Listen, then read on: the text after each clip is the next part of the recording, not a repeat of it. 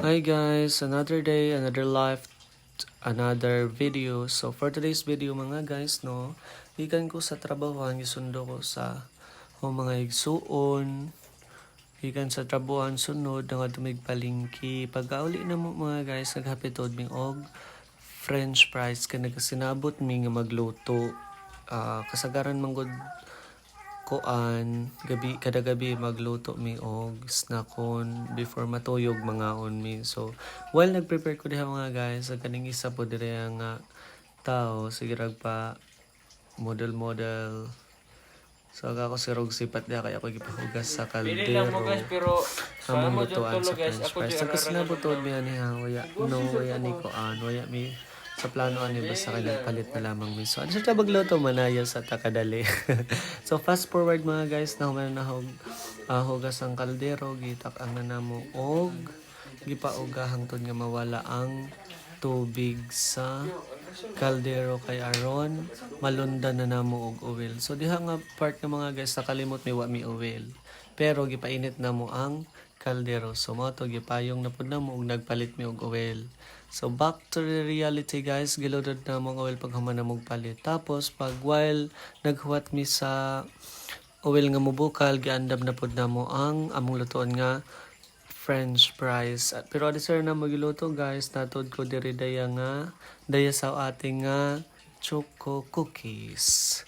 Choco cookies guys gikan sa Rose Bake Shop baka naman. So adi sir mi magluto guys, since waya pa man gihapon ning init ang oil mga on sa mi. Lami to ni siya guys, no mo ni hang favorite, one of the favorite sa Rose mo ni ginadaya ni manang ganas dya guys na duha ka flavor, chocolate o mocha manatan na basta wao kahibayon sa nalamin na siya guys. So sa gusto mo palit, go adto naman sa Rose Bake Shop. Nag-promote pagkahaman na guys while naghuwat mi sa koan oil nga mubukal para ilunod ang French fries mga on sa mi diha. So ahong gipili diha guys is chocolate kay ganahan gadzog ko og chocolate guys nga mga cookies, candies og basta kun sa kumapagkaon ice cream, chocolate para sa lahi ra gadzog ang flavor sa chocolate, lahi ra ang lasa sa chocolate. So fast forward gitisingan na mo isa ka buok mga guys ang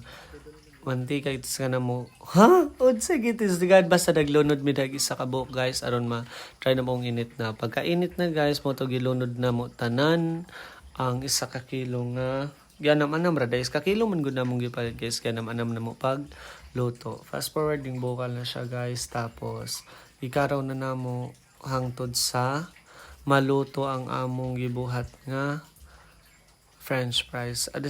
Ning labay tod sa mga guys mo tong mga picture sa ta char mo to post pagka man na guys, fast forward na luto ng among French fries. Nganong crispy fry, lahi man tong crispy fry, French fries dili crispy fry. So gibutan na mo cheese, wala mo ka video guys kay nagunaw na may isa mao na nay result sa among ginaluto. Lami siya guys pero nasobrahan nag cheese kay di man na maminaw ng isa.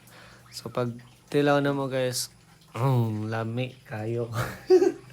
So voice over guys, so nasi baba sa likod. So mo to kain tara nga unta.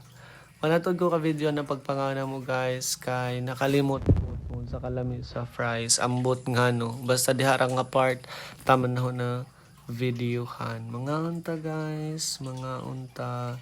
So marato no pagkahuman na mga tuyog na sab mata trabaho na sab. Udira guys, bye bye.